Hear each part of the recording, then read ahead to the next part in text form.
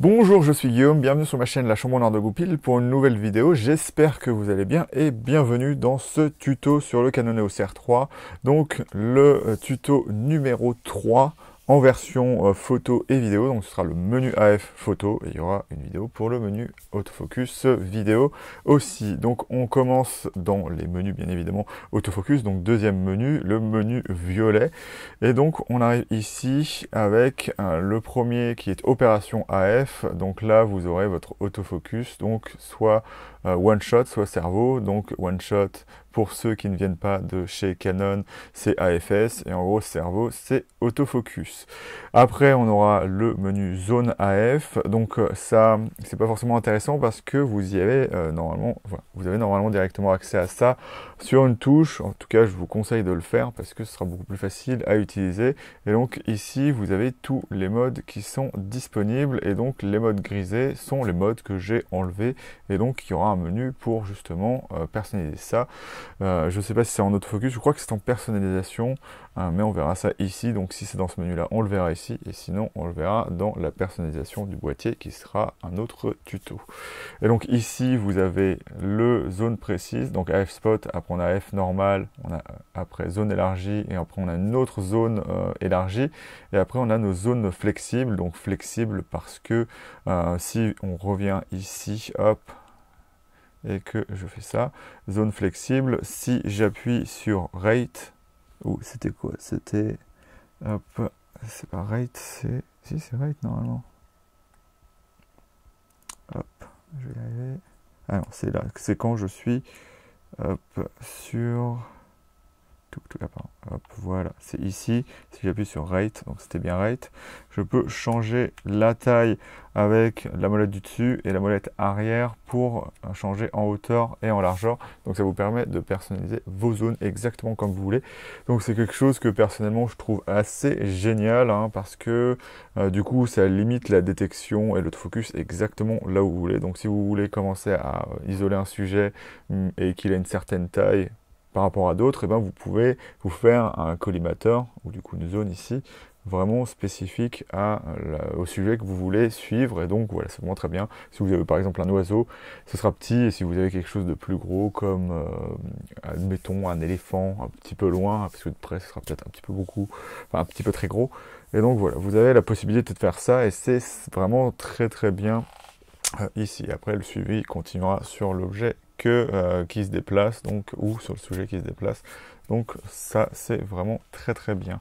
Et donc du coup vous pouvez après hop, dire que vous avez plusieurs types de zones. Voilà, j'ai typiquement fait une petite zone, une zone là, en hauteur et une zone en largeur, mais bien évidemment vous pouvez les personnaliser à tout moment. Et après on a toute la zone.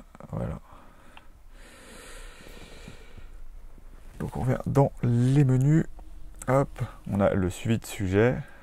Hop, donc on peut le mettre sur on ou off. Donc hop, on peut aussi accéder ici en faisant MFN2. Et donc si je reviens dans les menus, il sera désactivé. Voilà. Et vous pouvez aussi l'activer, on verra ça en personnalisation, d'une façon différente, mais ça ne s'active pas de la même façon. Donc à savoir que si vous le mettez sur on dans ce menu-là, et que vous le personnalisez sur une touche, il sera toujours on de toute façon. Donc si vous voulez le mettre sur une touche, il faudra le mettre sur off là-dessus, et ça se, comment dire, ça, le suivi de sujet se fera spontanément au moment où vous avez appuyé sur le bouton. Il ne restera pas en place tout le temps. À partir d'un moment, l'appareil photo se remettra en mode standard. Et donc, si vous avez suivi off, et ben voilà, ça marchera comme ça. Mais si vous mettez suivi on, appuyez sur un bouton pour engager le suivi ne servira à rien, en fait, typiquement. Voilà. Donc on passe hop, au sujet détecté. Bien évidemment, on a personnes, animaux, véhicules et aucun. Un des problèmes de Canon souvent, c'est de comment dire, pas pouvoir programmer sur une touche la possibilité de passer de l'un à l'autre, à savoir que chez Sony par exemple, lorsque j'utilise mon A7 IV qui est ici, mon bouton central me sert à changer de sujet, donc c'est assez facile. Par contre, il y a une petite parade quand même qu'on va voir ici. Vous allez dans le menu Q hop, et vous avez le sujet. Et donc vous pouvez hop, facilement, avec la molette du dessus, changer de type de sujet. Donc en fait, ce qu'il faudra faire, c'est que si vous savez que vous allez devoir changer de sujet souvent, vous allez dans le menu Q et vous pouvez vous déplacer, mais vous restez sur sujet parce que une fois que j'ai fait ça et que je reviens dessus, ça reste sur le sujet à détecter. Donc ça fait un peu comme si vous aviez programmé un bouton pour ça, mais ce sera votre menu Q. Hop.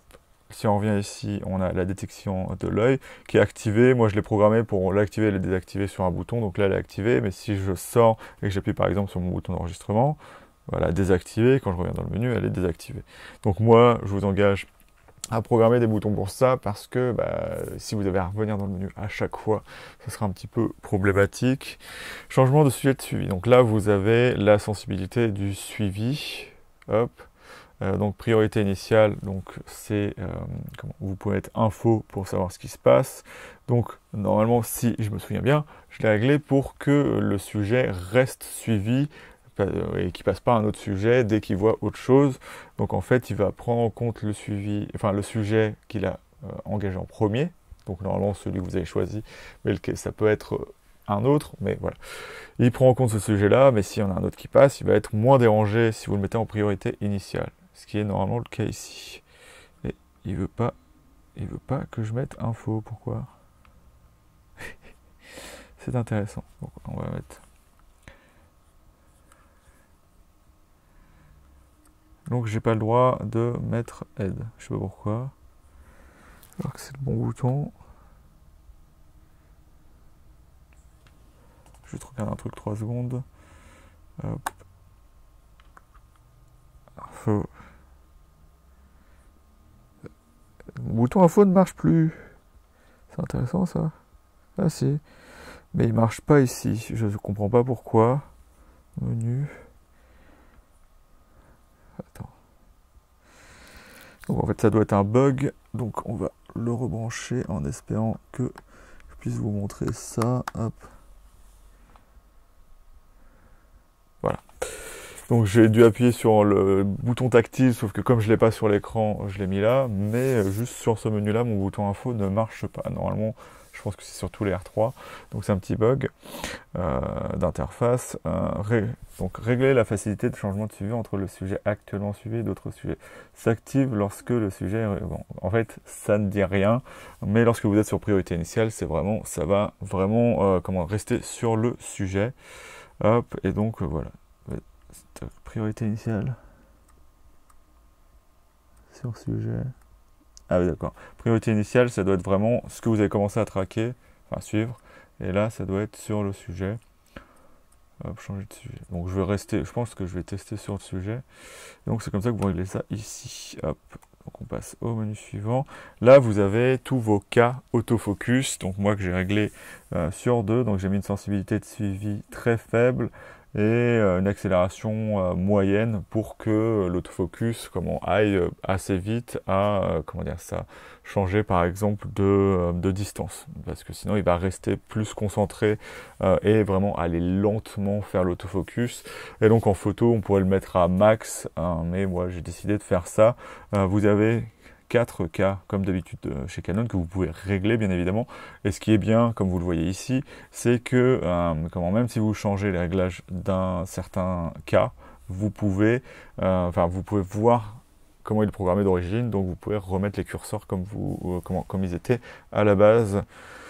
Et du coup, vous voyez que moi j'ai utilisé que 2 et il y a un mode automatique qui marche en général assez bien, mais dans des cas particuliers, il sera assez erratique, donc je préfère mieux rester sur celui-ci. Mais voilà, chez Canon, il faut s'adapter à toujours avoir à changer ces cas autofocus, ce qui est pour moi un petit peu dommage aujourd'hui. On n'en parlera pas forcément dans ce tuto, mais parce que maintenant Nikon et Sony font l'autofocus de manière très très bonne sans avoir à choisir un cas. Donc si l'appareil photo est capable de le faire automatiquement, ce sera mieux, parce que vous vous direz pas est-ce que c'est flou parce que j'ai choisi le mauvais cas, et vous prendre la tête à chercher parmi vos cas, alors que si vous n'aviez pas à le faire, ce serait une étape en moins à se préoccuper. Hop, donc voilà. Et du coup, est-ce que ça marche encore? Voilà, cette fois ça marche l'info, donc ça doit être un problème de la dernière fois. Donc voilà, vous pouvez voir ce qui est marqué. Hop, tac, tac, sur -2 pour un meilleur suivi des sujets susceptibles de quitter le collimateur AF. Voilà, c'est ça. Donc il vous donne des cas, mais ça existe depuis très longtemps. Il me semble que ça existe depuis le 7D, si je ne me trompe pas. Hop. Donc voilà, on a la priorité déclenchement AF One Shot. Alors sur tous les autres appareils photo, vous avez aussi le l'AFC ou le cerveau. Ici, Canon a raison sur ce point-là. C'est que, comment dire ça? Voilà, on va voir tout simplement avec ça. Il va mettre en évidence soit la mise au point, soit le déclenchement lorsque vous faites l'autofocus. C'est bien en AFS ou en one shot chez Canon de le mettre sur mise au point, parce que le but c'est de mettre en mise au point, il va faire un bip et voilà, c'est fixé, la mise au point est bloquée, donc c'est bien d'avoir cette confirmation et vous puissiez, enfin voilà, que ce soit mis au point sûr et que vous puissiez faire votre déclenchement. Par contre, lorsque vous êtes en cerveau, ça sert pas vraiment à grand chose, parce que déjà ça fait en sorte que vous ne pouvez pas utiliser votre rafale correctement, parce qu'il y a toujours un moment de flottement où l'autofocus va un peu chercher la cible parce qu'elle bouge. Il n'est pas quand même pas instantané. Il faut forcément que... Mais si l'appareil photo détecte que c'est pas vraiment mis au point, eh ben, il ne fera pas la photo. Donc vous n'aurez pas vos 30 images par seconde, par exemple, sur le Canon, si c'était le cas. Donc Canon a tout simplement, comment dire ça, enlevé le menu et c'est toujours sur déclenchement en cerveau. Voilà, tout simplement. Et donc ça marche très bien. Et il faut faire ça comme ça, parce que voilà, c'est justement pour conserver sa rafale et avoir un petit flou entre les photos. Surtout sur des appareils photo qui font très bien l'autofocus comme ça, c'est pas vraiment un problème. Aperçu AF, alors c'est quoi ça déjà? C'est, à mon avis, c'est le mode qui fait, je sais pas pourquoi j'ai mon ordi à côté et je viens de le sortir de la veille, mais bon c'est pas grave. Donc aperçu AF, pour moi c'est le pré-AF, donc il va tout le temps essayer de faire l'autofocus. Moi je trouve pas que ça marche très très bien, et puis sur les optiques qui bougent et qui font du bruit, c'est assez énervant rapidement, ça use la batterie, donc moi je le mets sur désactivé. Alors il est désactivé de base.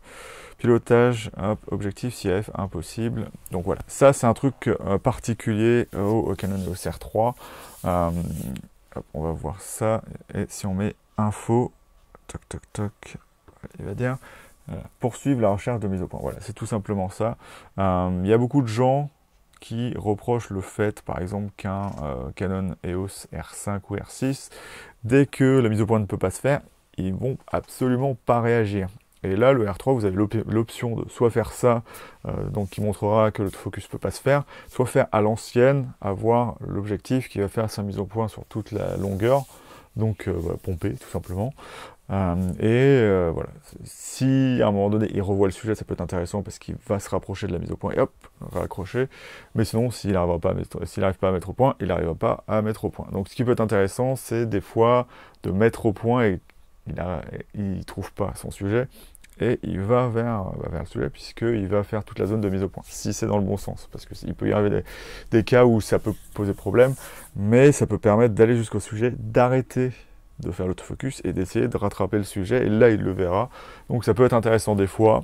Voilà, il y a certaines petites options comme ça dans le R3 qui ne se trouvent pas dans le R5 ou le R6 et qui étaient plus l'apanage des appareils photo réflexes.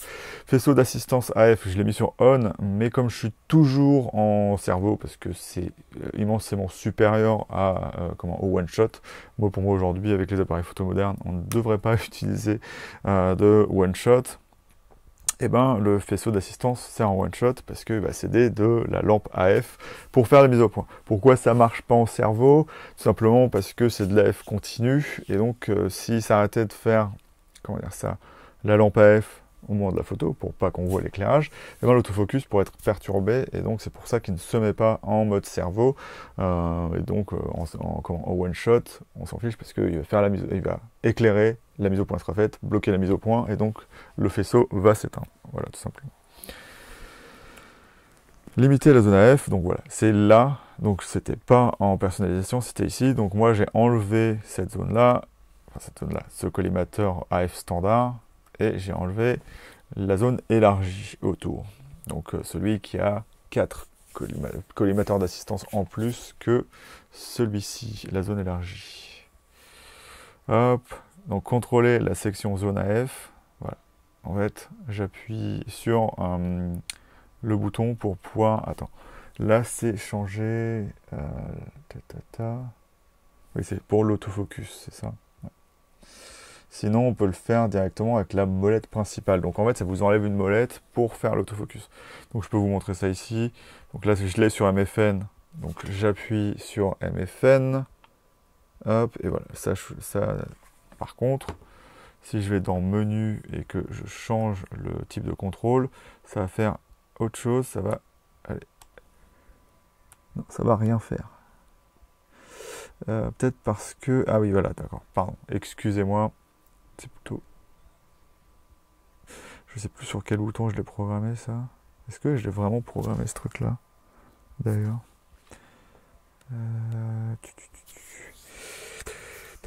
Bah, normalement, si, c'est ça. Ah oui, pardon. Non, c'est pas du tout ce que je pensais. Donc, en fait, voilà. Si je fais ça, en fait... je circule dans mes zones en utilisant MFN. Voilà, donc je fais ça. Si j'arrive là et que j'appuie sur MFN une fois, hop, j'appuie MFN, MFN, MFN, MFN, MFN. Donc c'est le même bouton, donc ça va, c'est pas mal. Mais si vous préférez utiliser la molette, eh ben, lorsque je reviens dans le menu et que je fais sélectionner molette, donc je vais dans le menu avec MFN, sauf que cette fois, je vais changer avec la molette. Donc après, ça dépend. Si vous voulez aller rapidement dans une zone, c'est peut-être bien d'avoir la molette. Mais après, taper sur le bouton plusieurs fois, c'est pas forcément un problème non plus. Donc question de préférence au final, c'est bien que l'option soit là. Mais je vais le laisser sur MFN. Parce que je l'ai programmé là-dessus. Mais c'est sur normalement le bouton normal arrière qui est à côté de l'étoile. Hop, sensibilité, hop, de sélection de collimateur. Hop, je l'ai mis sur 1. Donc en fait, ça permet de pouvoir bouger plus rapidement. Donc si je le mets sur... Bah, s'il est sur 1, vous voyez que le collimateur bouge assez rapidement. Si je vais ici, hop, et que je le mets sur -1, hop, voilà, c'est beaucoup plus lent. Et je ne sais pas si on le verra ici, mais pour le pad l'iPhone tactile, il y a aussi une sensibilité réglable. Donc tous ceux qui disent que c'est trop sensible, on a aussi 3 réglages là-dessus. Collimateur lié à l'orientation, moi je le laisse tel quel, parce que en fait, ce que ça permet, c'est que lorsque vous pivotez la caméra, l'appareil photo, et ben, ça va faire en sorte qu'il y a une zone qui est enregistrée. En fait, vous pouvez changer comment est programmé l'autofocus dans un sens et dans l'autre. Vous pouvez par exemple mettre un petit collimateur simple en horizontal et après passer en zone large, on va dire, dans l'autre sens. Enfin, zone 3 ou zone 2, ce que vous voulez. Moi, je trouve ça un petit peu problématique dans le sens où vous êtes en train de prendre une photo, vous retournez, vous dites « j'étais pas là-dessus ». Et vous pouvez ne pas vous en souvenir. Donc c'est intéressant possiblement. Donc là vous pouvez choisir zone et collimateur sol. Donc collimateur, ça va juste faire une téléportation du collimateur là où il était la dernière fois que vous étiez en vertical. Alors que là, ce sera aussi l'option de zone que vous avez choisie. Une chose intéressante aussi à signaler, que j'ai remarqué il y a quelques jours, c'est que suivant l'orientation, en fait, vous avez plusieurs boutons, notamment le bouton iPhone qui permet de bouger le collimateur. Si je me mets là, donc là, il bouge le collimateur, voilà. Sauf que en horizontal, eh ben, il détecte que je peux pas activer l'autre. Donc j'ai essayé une fois, donc je peux faire le joystick, mais je peux pas faire le tactile. Et si je me retourne, là, je peux le faire, mais par contre, je peux le faire aussi de l'autre côté, parce que si je veux rester comme ça, eh ben, je peux toujours utiliser mon petit pad tactile, enfin infrarouge, et c'est bon. Donc ça, c'est marrant comme option. Donc on va passer en 5. Paramètres de repère manuel. Focus. Donc voilà, ça c'est le picking. Et je l'ai mis sur off, parce que je ne m'en sers jamais. Je trouve que c'est absolument pas efficace. Et moi, j'ai jamais eu de problème avec les écrans, même basse résolution, pour faire la mise au point. Et puis de toute façon, ce qui est intéressant avec le R3, contrairement au R5 et au R6, c'est que vous pouvez activer la loupe même lorsque vous êtes en suivi. Donc c'est très bien. Ce qui n'est pas le cas, hein. Vous pouvez tester sur vos R5 ou R6. Je ne sais pas si c'est le cas sur le R6 Mark II ou sur le R7, mais voilà. Hop, un guide de mise au point activé. Donc le guide de mise au point, c'est la petite réglette que j'ai ici. Et donc si je fais la mise au point, ça me permet de voir comment galère l'autofocus ou galère pas. Voilà, vous pouvez dire, je vais mettre au point là, ou mettre au point beaucoup plus près, voilà, sur l'écran. Et donc voilà, on voit parfaitement où est la mise au point. Par contre, j'aurais aimé qu'il y ait comme sur Fujifilm l'aperçu de la profondeur de champ, même si c'est un peu gimmick. Ça peut permettre de voir où on est mis au point, mais bon, enfin sur quelle distance, même si la profondeur de champ n'est jamais vraiment de la mise au point au final. C'est plus net, mais pas net. Donc voilà. Hop, et en 6, manipulation manuelle électronique permanente. Donc en fait ça c'est pour faire la mise au point. Alors il y a un truc assez étrange, c'est que je pourrais pas vous aider sur le one shot parce que j'ai jamais compris comment ça marchait.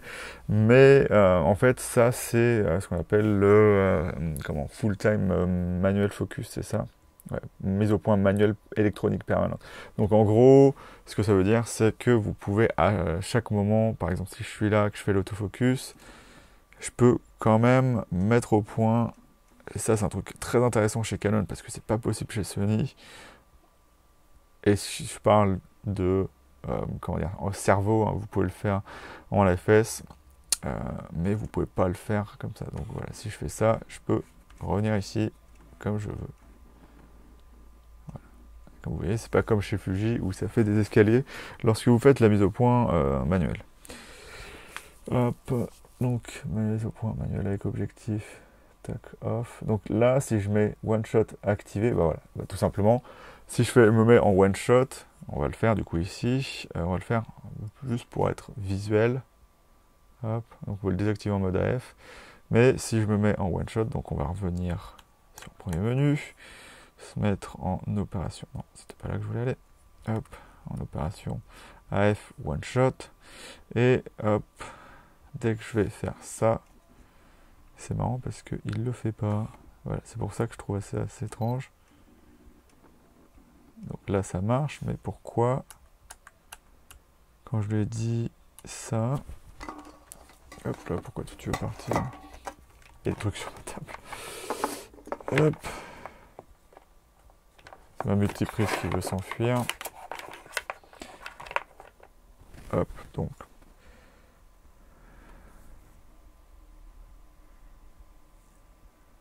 Ouais. Je crois qu'ils n'ont pas compris le principe, mais parce que là, je suis bien one shot. Donc là, ça marche. Et ça marche normalement. Donc voilà. Je ne comprends pas pourquoi ça le fait. Ça se trouve, je pense pas, mais enfin, ça arrive que l'HDMI fasse des trucs bizarres, mais je pense pas que ce soit le cas ici. Donc voilà. Je sais pas pourquoi ça fait ça. Hop, je vois un truc, juste un truc. Hop. C'est si je le mets sur juste on. Hop. Oui, ça marche toujours pareil. Donc pourquoi je peux pas le faire? Ça a toujours été un mystère, ça faisait exactement la même chose sur le R6. Je peux le laisser là-dessus, je vais juste revenir en cerveau, et voilà. C'est comme le info sur le menu tout à l'heure, ça marchait pas, je sais pas pourquoi. Rotation de mise au point, voilà. Donc, si vous êtes un iconiste convaincu, vous pouvez changer l'orientation de la rotation. Ce qui est marrant, c'est que ça a toujours été inversé entre Nikon et Canon, même la baïonnette, tout ça, juste pour que l'un soit différencié de l'autre. Je pense que c'est Canon qui a voulu se différencier de Nikon quand ils ont fait leur boîtier EF. Mais voilà, c'est assez marrant à signaler. Hop, et sensibilité de bague de mise au point avec objectif RF. Donc on peut le mettre soit en vitesse de rotation, donc en fait plus vous allez vite, plus ça va, comment dire ça, faire aller la mise au point rapidement. Sauf que c'est pas intéressant lorsque vous mettez au point en vidéo par exemple, et sinon je préfère le faire en degré de rotation, puisque ce serait comme ça de toute façon, comment dire, sur un objectif mécanique. Voilà. Et puis on a fini au final avec ce tuto en photo sur le menu autofocus. Donc j'espère que ça vous aura intéressé. Et donc je vais vous dire salut et à bientôt dans la chambre noire de Goupil en espérant que vous allez bien. Hop, donc on va faire lui en premier.